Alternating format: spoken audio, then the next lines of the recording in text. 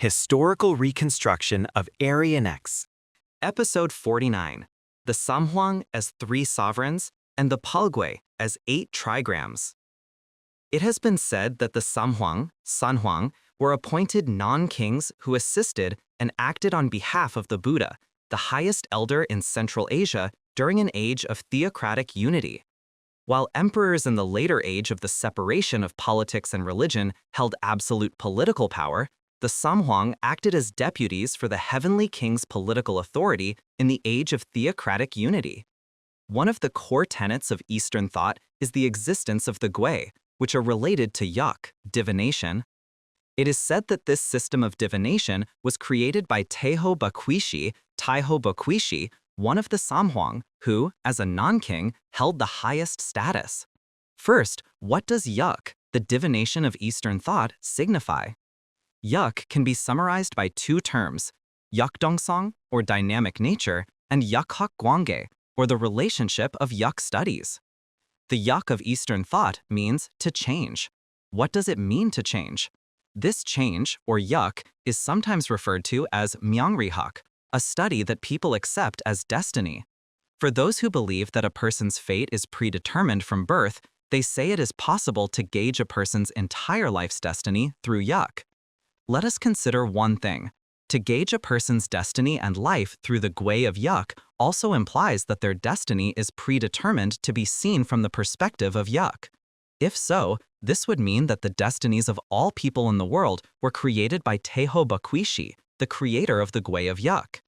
Taiho Bakwishi is someone who passed away around 3400 BC. How could he have predetermined the fates and lives of the entire world's population? The core of yak and divination is yakdongsong, its dynamic nature. Yak is not fixed. It possesses a quality of infinite and unceasing movement.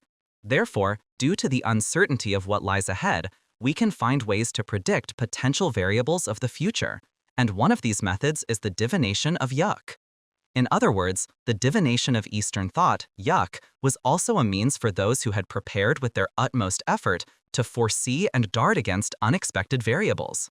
However, if one only seeks to predict outcomes of success and failure without any preparation or effort, the divination of yak will never be of help, because it is a tool that applies to those who are thoroughly prepared. Allow me to introduce a form of governance that appears in a nation's founding myth. I will quote from the Samguk Yusa as a history book. In the past, around 3897 BC, Hwanung, the Soja, as son of a concubine of Hwanin, the leader of the Hwanguk state in Kazakhstan, often set his sights on the world and coveted the human realm. The father, knowing his son's will, looked down upon the Samhwi Taibek, which had 5 peaks and was the cradle of humanity in Central Asia, and saw that it was a place to bring broad benefits to humanity.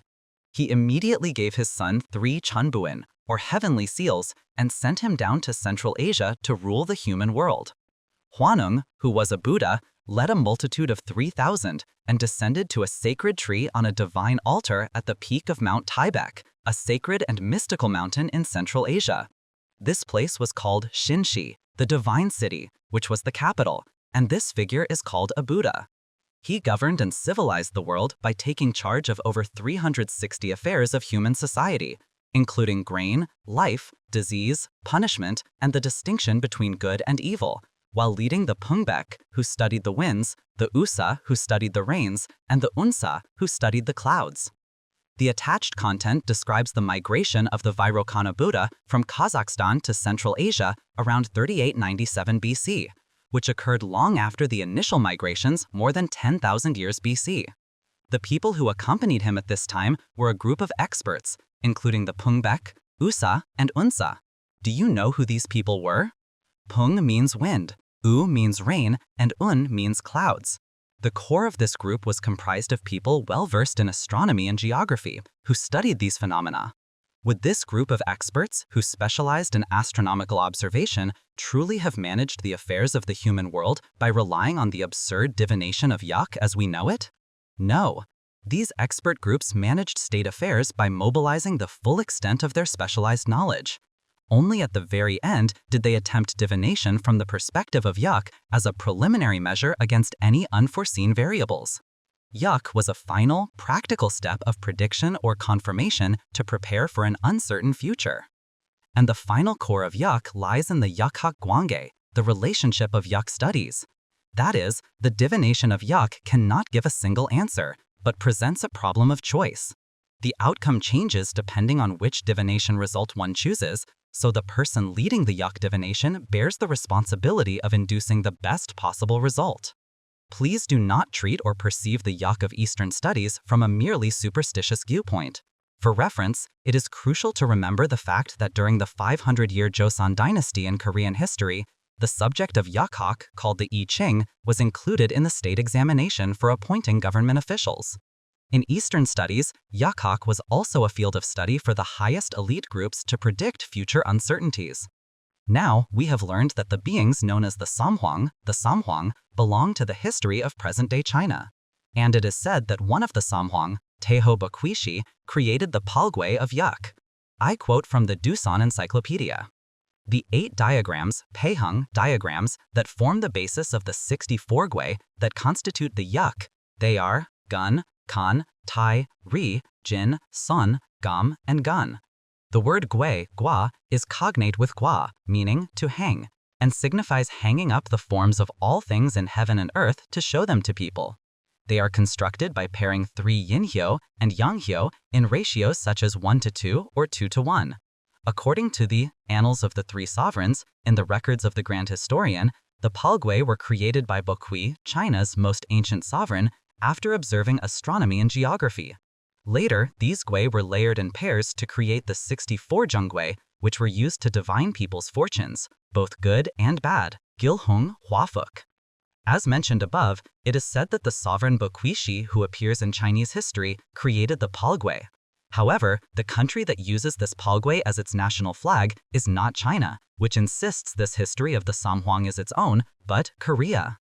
If you look at the national flag of Korea, you see that the red and blue in the center represent the yin and yang, which are central to Eastern thought. Around them are 4 of the 8 gui that Taeho Bakwishi is said to have created.